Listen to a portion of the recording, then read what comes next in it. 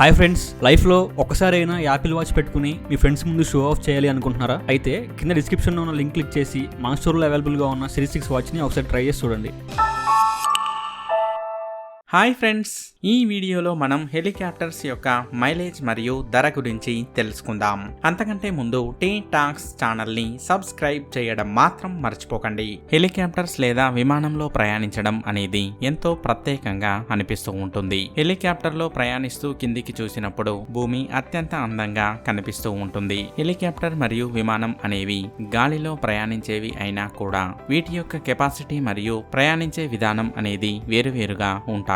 విమానం ప్రయాణించడానికి jet engine అవసరమైతే హెలికాప్టర్ పైన ఉన్నటువంటి రెక్కల ద్వారా ఎగురుతూ ఉంటుంది. విమానం పైకి ఎగరడానికి రన్వే అవసరమైతే హెలికాప్టర్ ఎగరడానికి మరియు దిగడానికి దానికంటే కొంచెం ఎక్కువ ప్లేస్ ఉంటే సరిపోతుంది. విమానం అనేది ముందుకు వెళ్లి పైకి లేస్తే హెలికాప్టర్ అనేది ఉన్న చోటే పైకి లేస్తూ ఉంటుంది. ఇక హెలికాప్టర్ ని ఎప్పుడు ఎవరు కనుగొన్నారు అనే విషయాన్ని ఇప్పుడు మనం తెలుసుకుందాం. ప్రపంచంలో మొట్టమొదటి హెలికాప్టర్ అనేది 1942వ సంవత్సరంలో తయారు చేయబడింది. దాని పేరు సికోర్స్కీ R4. దానిని కనిపెట్టిన వ్యక్తి ఇగోర్ సికోర్స్కీ. అప్పట్లో ఈ ఆవిష్కరణ ఒక అద్భుతమనే చెప్పవచ్చు. అప్పట్లో హెలికాప్టర్స్ కేవలం కొంతమంది దగ్గరే ఉండేవి, కానీ ప్రస్తుతం ఇవి ధనవంతులందరి దగ్గర కనిపిస్తున్నాయి. ఇక ఈ హెలికాప్టర్స్ లో కూడా రకరకాల హెలికాప్టర్స్ అనేవి ఉంటాయి. వీటిలో సెలబ్రిటీస్ ఒక రకం హెలికాప్టర్స్ ని ఉపయోగిస్తే పొలిటీషియన్స్ మరొక రకం హెలికాప్టర్స్ ని వినియోగిస్తూ ఉంటారు. కొన్ని ప్రత్యేకమైనటువంటి హెలికాప్టర్స్ ని ఎక్కువగా ఆర్మీలో వినియోగిస్తూ ఉంటారు. వీటినే అటాక్ హెలికాప్టర్స్ అని అంటారు. వీటిని యుద్ధం కోసమే ఎక్కువగా ఉపయోగిస్తూ ఉంటారు. ఇక యుద్ధ ట్యాంకులను తరలించేటువంటి హెలికాప్టర్స్ ని ట్రాన్స్పోర్ట్ హెలికాప్టర్స్ అని అంటారు. ఇవే కాకుండా observation helicopter, maritime helicopter, rescue helicopters కూడా ఆర్మీలో ఉపయోగిస్తూ ఉంటారు. ఇక ఇప్పుడు కమర్షియల్ హెలికాప్టర్స్ గురించి తెలుసుకుందాం. పెద్ద పెద్ద బిజినెస్ మ్యాన్స్ మరియు సెలబ్రిటీస్ అలాగే విఐపీస్ ఎక్కువగా రెండు రకాల హెలికాప్టర్స్ ని వినియోగిస్తూ ఉంటారు.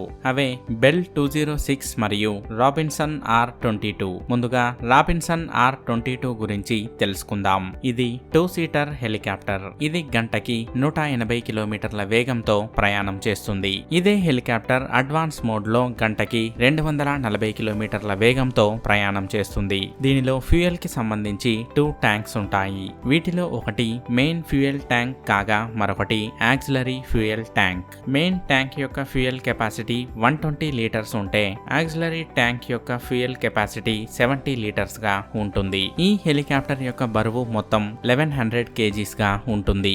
ఈ హెలికాప్టర్ ఒక గంట ప్రయాణం చేయడానికి 50 నుండి 60 లీటర్ల పెట్రోల్ అవసరమవుతుంది. సుమారుగా ఇది 1 లీటర్ కి 3 నుండి 4 కిలోమీటర్లు ప్రయాణం చేస్తూ ఉంటుంది. హెలికాప్టర్ యొక్క సైజును బట్టి ఈ యావరేజ్ అనేది మారుతూ ఉంటుంది. ఇక ఇప్పుడు హెలికాప్టర్ కొనడానికి ప్రాసెస్ ఎలా ఉంటుందో తెలుసుకుందాం. దీనికోసం ముందుగా భారత ప్రభుత్వం యొక్క సివిల్ ఏవియేషన్ నుండి పర్మిషన్ తీసుకోవాల్సి ఉంటుంది. పర్మిషన్ కోసం సివిల్ ఏవియేషన్ యొక్క వెబ్సైట్ లో అప్లై చేసుకోవాల్సి ఉంటుంది. అలాగే దీనికి సంబంధించిన ఆఫీస్ కి వెళ్లి ఎన్ఓసి కోసం అప్లై చేయాలి. ఎన్ఓసి అంటే నో అబ్జెక్షన్ సర్టిఫికేట్. దీనిలో వ్యక్తి యొక్క డీటెయిల్స్ తో పాటు హెలికాప్టర్ యొక్క డీటెయిల్స్ ని కూడా తెలియజేయాలి. అలాగే రిజిస్ట్రేషన్ కోసం directorate general of civil aviation యొక్క అనుమతి కూడా తీసుకోవాల్సి ఉంటుంది. అలాగే DGCAకి పైలట్ మరియు హెలికాప్టర్ యొక్క నిర్వహణ సమాచారాన్ని కూడా అందించాల్సి ఉంటుంది. ఇవన్నీ చేసిన తర్వాతే హెలికాప్టర్ కొనుక్కోవడానికి పర్మిషన్ లభిస్తుంది. ఇక రాబిన్సన్ R22 అనే హెలికాప్టర్ యొక్క ధరని చూసినట్లయితే 2.5 lakhs US. ఇండియన్ రూపీస్ లో చెప్పాలంటే 1,70,00,000. ఇక బెల్ 206 అనే హెలికాప్టర్ యొక్క ధర 7 lakh US. ఇండియన్ రూపీస్ లో ఇది సుమారుగా 4,70,00,000. బెల్ 206 హెలికాప్టర్ లో సీటింగ్ కెపాసిటీ అనేది ఎక్కువగా ఉంటుంది. పెద్ద పెద్ద బిజినెస్ మ్యాన్స్ మరియు సెలబ్రిటీస్ దీనినే ఎక్కువగా ఉపయోగిస్తూ ఉంటారు. ఇక సీటింగ్ కెపాసిటీ అనేది పెరుగుతూ ఉంటే విమానం యొక్క ధర కూడా పెరుగుతూ ఉంటుంది. ఇక హెలికాప్టర్ కి పెట్టుకునే పైలట్ యొక్క సాలరీ 40,000 నుండి 1,00,000 రూపాయల వరకు ఉంటుంది. అలాగే ఈ హెలికాప్టర్ ని ఏ ఎయిర్పోర్ట్ ఎయిర్పోర్ట్లో ల్యాండ్ చేసినా కూడా దానికి కొంత ఛార్జ్ అనేది చెల్లించాలి. ఈ ఛార్జ్ అనేది 30,000 నుండి ప్రారంభమవుతుంది. అలాగే హెలికాప్టర్లో ప్రయాణం చేయడానికి ఫ్లయింగ్ ఫీ కూడా చెల్లించాల్సి ఉంటుంది. DGCA దీనికి సంబంధించిన పర్మిషన్ ని ఇస్తూ ఉంటుంది.